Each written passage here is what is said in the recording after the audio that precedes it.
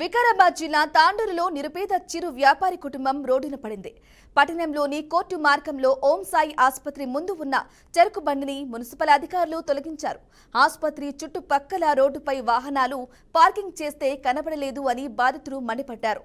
చిరు వ్యాపారం చేసుకునే తనపై ఇలా వ్యవహరించడం సరికాదని, అధికారులు తనపై కుట్రపూరితంగా వ్యవహరిస్తున్నారని ఆవేదన వ్యక్తం చేశారు. కుటుంబాన్ని పోషించుకునే ఆధారాన్ని కూల్చేశారని, సంబంధిత అధికారులు తనకు న్యాయం చేయాలని కోరుతున్నారు. నుంచి ఇది ఇబ్బంది పెడుతున్నారు. కావాల్సిన ముందర చెరుకుబండి అతని శివ అనే పిల్లగాడు కావాల్సుకొని మాకు చెరుకుబండి వేరే కాంక్రీట్ ఇప్పించాడు. మాది నడిచేది 4 నెలలు చెరుకుబండి ఎవరెవరితో చెప్పి కాంక్రీట్ ఇచ్చినట్ట. కాంక్రీట్ ఎవరు ఇచ్చిందో తెలియదు.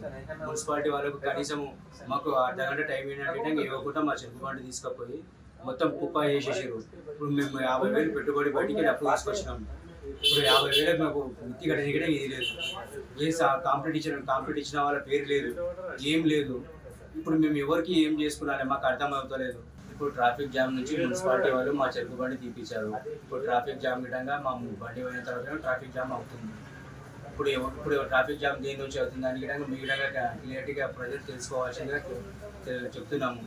అలాగే మేము బయట నుంచి పెట్టుబడి తెచ్చి చిన్న చెరుకుబడి నడిపించుకుంటే మున్సిపల్ అధికారులు కానీ ప్రైవేట్ వ్యక్తులు కానీ మా పైన కుట్ర పని ఈ మా చెరుకుబడి తీపిచ్చిర్రు. మొత్తము తీపిచ్చినాక ఈ విధంగా ఎవరు మాట వింటలేరు. మేము ఎవరికి న్యాయం చేసినాము మాకు కావాలి. ఇప్పుడు మేము ఏం చేసినాము, మా చెరుకుబడి తీపించారు. మొత్తం ట్రాఫిక్ జామ్లు అవుతున్నాయి కదా, మాది ఎందుకు తీపించారు? కాంప్లీట్ ఇచ్చిన వాళ్ళ పేరు విధంగా మీరు ప్రయత్నంగా చేయండి. మేము వాళ్ళకి ఏమన్నా అడుగుతాం, మా నుంచి ఏం తప్పైంది ఏమైంది మేము అడుగుతాము. అడిగి తెలుసుకొని మేము దానికి ఏమో పరిష్కారం తెలుసుకుంటాము. ఇది సంవత్సరం కింది నుంచి ఇది